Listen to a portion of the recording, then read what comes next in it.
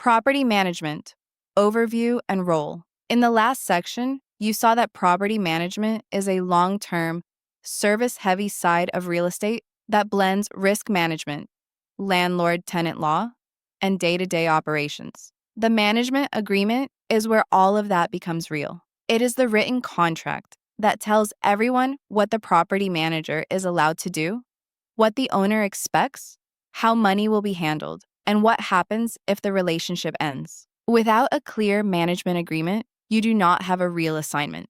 You have a vague favor and a lot of liability. A property manager is a professional or company hired by an owner to oversee the daily responsibilities of an investment property. The key word is investment. Owners do not hire managers to babysit a building. They hire managers to protect and grow a financial asset. That means the manager's role is both physical, maintenance, security, access, and financial, income, expenses, reporting, budgeting. And it must all be done within the law and within the scope of authority granted in the management agreement. Types of property and specialization.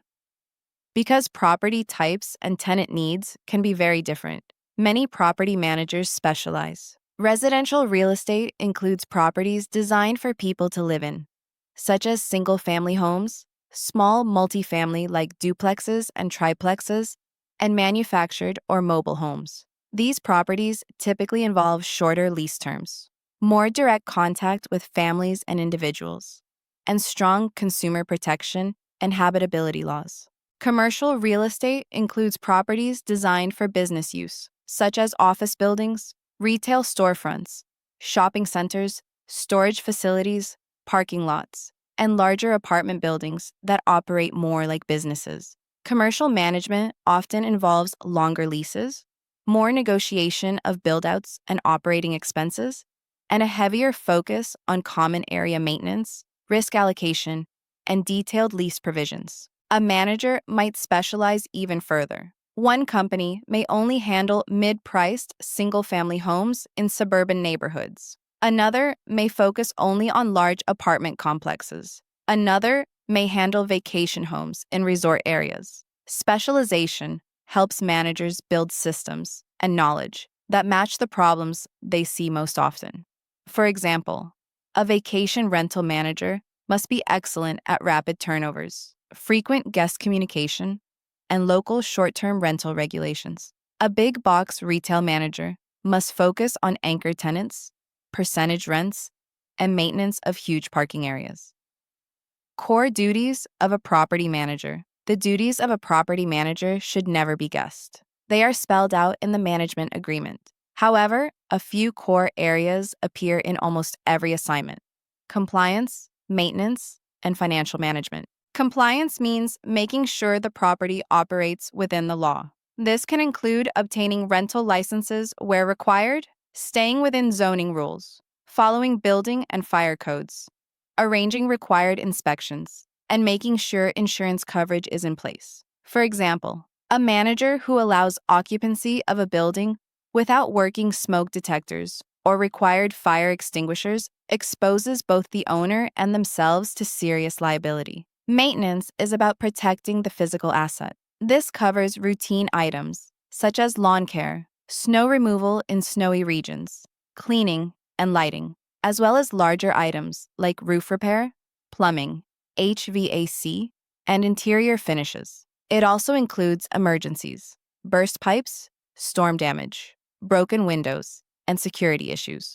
A good management agreement will say whether the manager can order repairs up to a certain dollar amount without prior owner approval and how vendors are chosen and paid. Financial duties include collecting rent, enforcing late fee policies, handling security deposits according to state law, paying authorized bills, and keeping detailed records. The manager may also be responsible for filing evictions when tenants default and for managing escrow or trust accounts that hold owner funds and tenant deposits. In many states, these funds must be deposited into a broker trust account and handled under strict accounting rules. When a property manager shows units, screens applicants, negotiates, and signs leases for the owner. They are acting as the owner's agent. In most states, that means the manager must hold a real estate license and must honor agency duties such as honesty, loyalty, reasonable care, accounting, and full disclosure to the client. The management agreement is the written evidence of that agency relationship. How property managers are paid. Property managers are not paid like sales agents who earn a one-time commission at closing. Management compensation is usually ongoing and tied to rent or services. 4 common revenue models help you understand how managers are paid. In a percentage of rent model, the manager earns an agreed percentage of the gross rent collected. For example, if a house rents for $1,000 per month and the management fee is 10%, the manager receives $100 per month when rent is paid.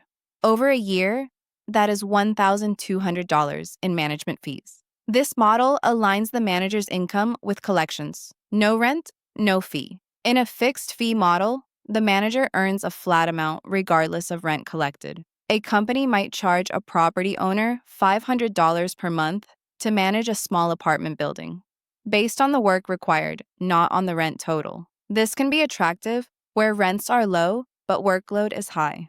In a guaranteed rent model, the manager agrees to pay the owner a set amount each month, such as $5,000, and keeps any additional rent collected. If actual rent collections are higher, the manager gains the difference. If they are lower, the manager still owes the owner the guaranteed amount. So the manager is taking on more risk, but also has an opportunity for higher reward. In a revenue sharing model, the manager may receive a fixed base fee plus a share of certain additional income streams, such as pet fees, laundry income, parking fees, or storage rentals. For example, the agreement may say that the owner receives 70% and the manager receives 30% of laundry income after expenses. This encourages the manager to find and manage profitable add-ons that benefit both parties.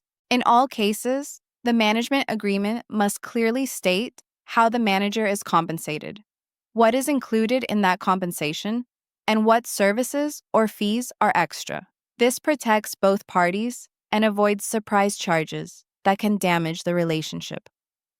Asset management as a specialized function. Some professionals in this field do not handle the day-to-day operations at all. Instead, they perform real estate asset management. An asset manager looks at properties from a portfolio and investment perspective, rather than a broken sink perspective. Their focus is on increasing net operating income, improving property value, and timing major capital improvements. An asset manager might review monthly and annual financial statements, compare actual performance to budgets, recommend rent increases or repositioning, analyze whether to refinance or sell, and evaluate whether renovations would produce a sufficient return. For example, they might recommend modernizing a dated apartment building to raise rents and reduce vacancy, or consolidating smaller properties into one larger, more efficient complex. On exams, you should remember that an asset manager works at the strategic level, while a property manager works at the operational level. In practice, large owners often use both. The asset manager sets the financial targets, and the property manager executes daily operations to meet those targets. The management agreement, purpose and legal nature. The management agreement is the central document that creates the agency relationship between the owner or landlord and the property manager, and it sets the framework for everything the manager does. Without this written agreement, it is difficult to prove what was authorized, what was promised, and who is responsible for what. Legally, the property manager is usually considered a general agent of the owner for that property. That means the manager is empowered to perform a range of ongoing tasks, and within limits, enter into contracts such as leases and vendor agreements on the owner's behalf. As an agent, the manager owes fiduciary duties of obedience, loyalty, care, accounting, and disclosure to the owner, just like any other client relationship in real estate. The management agreement is also a contract. It spells out the owner's goals, the standard of performance, and the compensation structure. If a dispute arises, the agreement is the first place attorneys and regulators will look to determine whether the manager fulfilled their obligations and whether the owner honored theirs. Key components of a management agreement. Although exact forms differ, a sound management agreement should include several key components so that both parties understand the relationship. The agreement must clearly identify the parties. This means the legal name of the owner, such as an individual, trust, or limited liability company, and the legal name of the management company and its designated broker or authorized licensee. If other parties, such as association boards or asset managers, are bound by the contract, they should be clearly named. The property description should be detailed enough that there is no confusion about what is being managed. This usually includes the street address, unit numbers if there are multiple units, legal description if needed, and any common areas or amenities such as parking lots, pools, or clubhouses that the manager will oversee. The term of the agreement must be stated, including a beginning date and an ending date, along with renewal provisions and cancellation terms. For example, the agreement might run for 1 year and then renew month to month unless either party gives 30 days written notice. Clear termination provisions describe how either party may end the agreement and what will happen with records, funds, and pending repairs. The owner's purpose and objectives should be stated. Some owners want to maximize current cash flow and are willing to limit improvements. Others may be willing to accept lower cash flow in the short term to reposition the property and raise its long-term value. Stating whether the owner's priority is net income, property value, stability of tenancy, or some combination helps the manager make consistent decisions. Owner responsibilities must also be set out. These include paying the management fee, funding operating and reserve accounts, maintaining appropriate property and liability insurance, and paying certain expenses directly if that is how the arrangement is structured. The agreement may state that the owner will pay real estate taxes, mortgage payments, and major capital expenditures directly, while the manager pays ordinary operating expenses from collected rents. Manager authority is one of the most important sections. It explains what the manager is allowed to do without prior owner approval. This can include setting rents within a range, signing leases, hiring and firing on-site staff, contracting with vendors, ordering repairs up to a certain dollar amount, and purchasing routine supplies. It should also specify any limits, such as requiring written owner approval for non-emergency expenditures over a stated amount or for entering into long-term contracts. Manager responsibilities detail the tasks the manager is agreeing to perform, such as advertising vacancies, showing units, screening and selecting tenants under fair housing standards,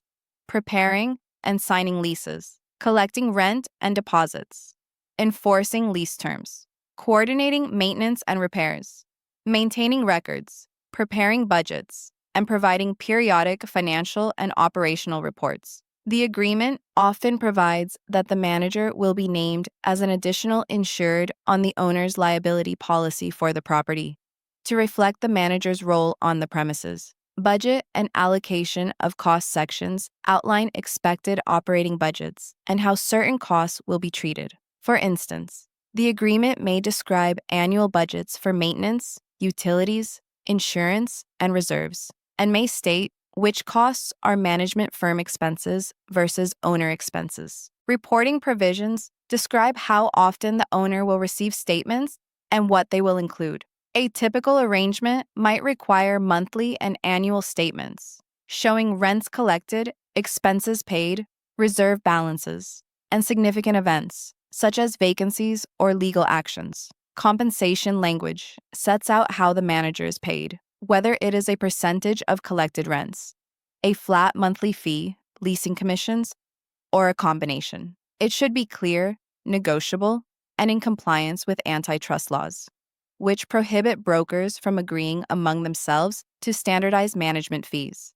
Finally, an equal opportunity or fair housing statement is commonly incorporated for residential properties, confirming that the property will be offered and managed in compliance with federal, state, and local anti-discrimination laws.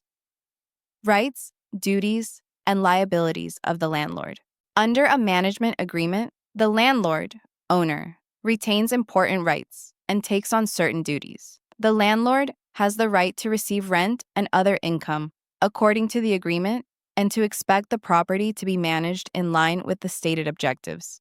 The landlord usually has the right to inspect the property at reasonable times, review records and books related to the property, and approve or disapprove major decisions such as large capital expenditures or changes in rental strategy. The owner may choose to reserve or delegate powers such as setting base rents, selecting certain key vendors, or approving tenants in special cases. But if too many decisions are reserved, the manager may not be able to function effectively.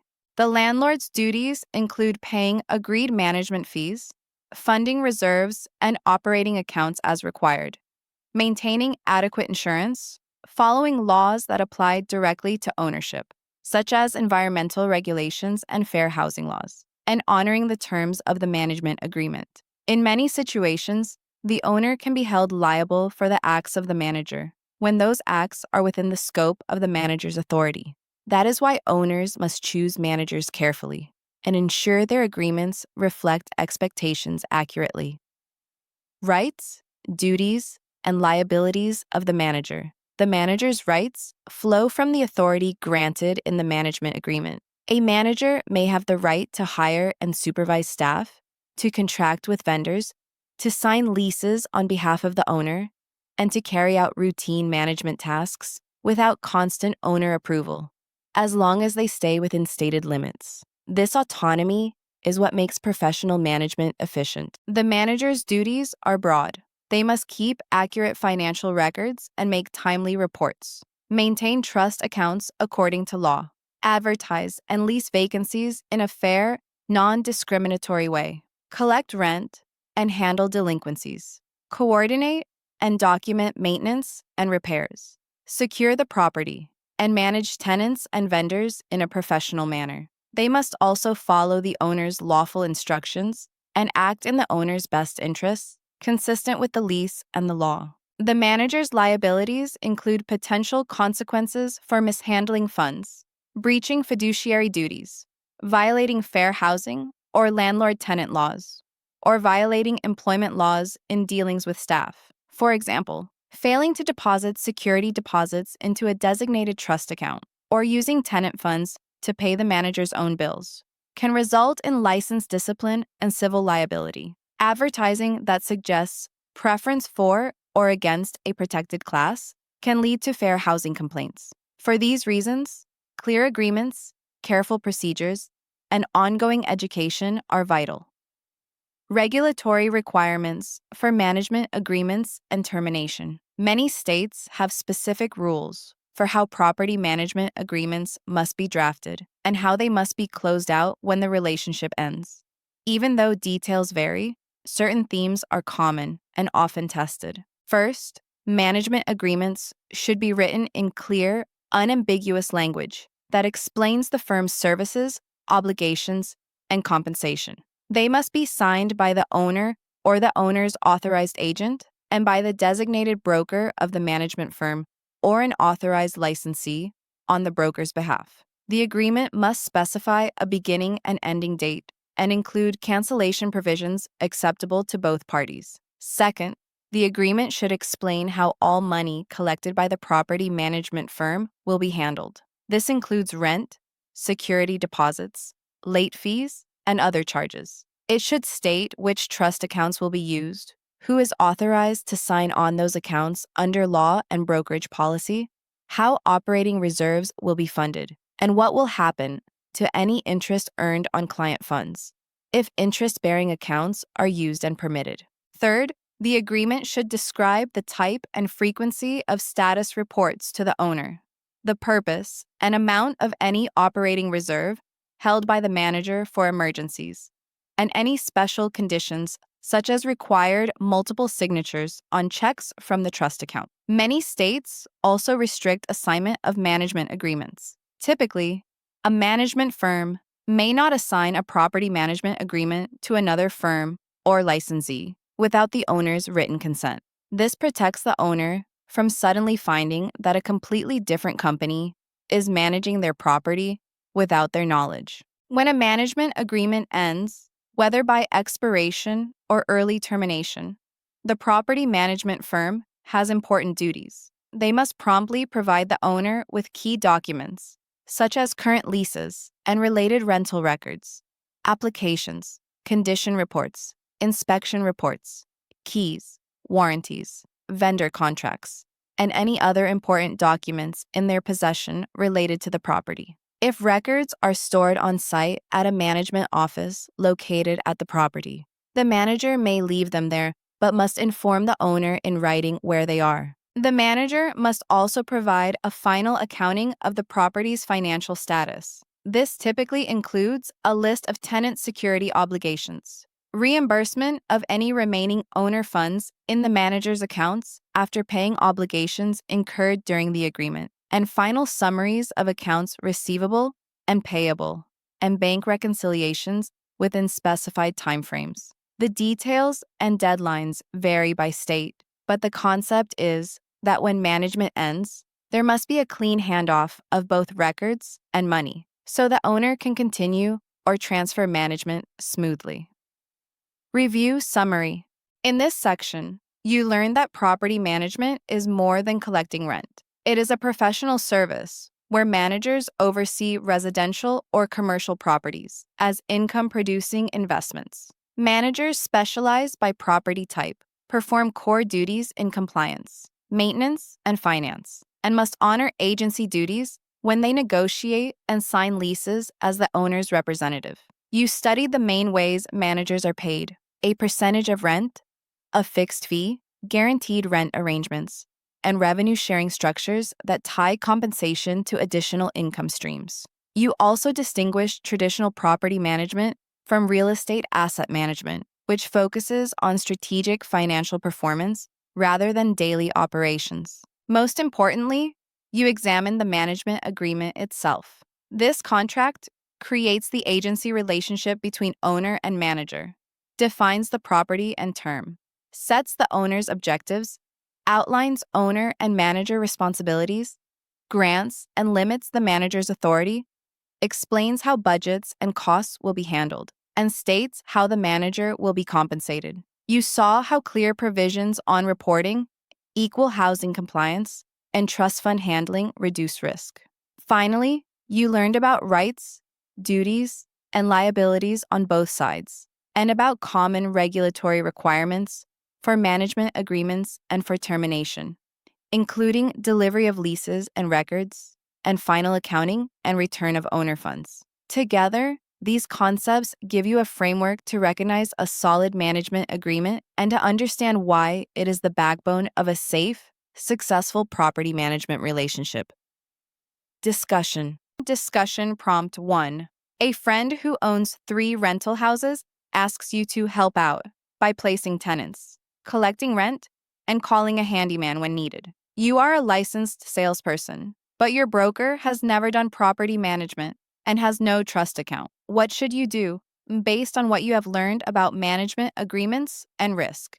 Suggested answer. You should not casually agree to manage the properties without a broker platform and a written management agreement. Collecting rent and overseeing repairs is property management activity that must be conducted under a broker who is properly set up with a trust account, policies, and insurance. The safest course is to explain this to your friend and refer them to a reputable property management company or to a broker who offers management services. This protects your license and avoids accidental management without a proper agreement and trust fund structure. Discussion prompt 2. An owner wants to sign a management agreement that allows the manager to spend whatever is necessary on repairs without contacting the owner. From a risk and relationship standpoint, is this wise for either party? How might the agreement be written more safely? Suggested answer. Giving unlimited spending authority is risky. The owner could be surprised by large bills and might dispute them, and the manager could be accused of overspending or of choosing expensive vendors. A safer approach is to set clear dollar limits and procedures. The agreement could say that the manager may authorize routine repairs up to a certain amount per item, such as $500 or $1,000, without prior approval, and must obtain written owner authorization for any non-emergency expenditure above that amount. It should also describe what constitutes an emergency, such as a major leak or loss of essential services, where the manager may act immediately to prevent damage and then notify the owner. Discussion prompt 3. Management of a small apartment building is changing from one firm to another. The old manager is frustrated with the owner and wants to just close the file and move on. What must the outgoing manager still do at the end of the management agreement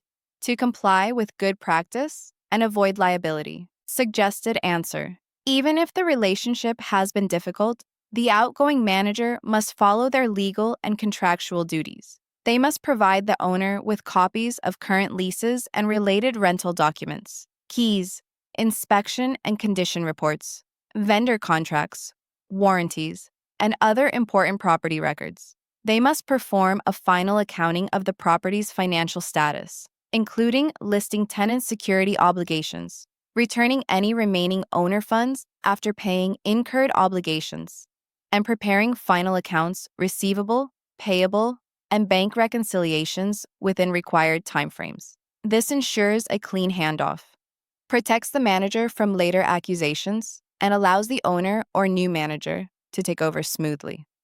Closing remarks. Property management is often learned the hard way, when agents say yes to favors that should have been formal assignments. The management agreement is your protection against that. It turns vague expectations into written authority, clear duties, and defined compensation. It also ties directly into the risk management principles you already know.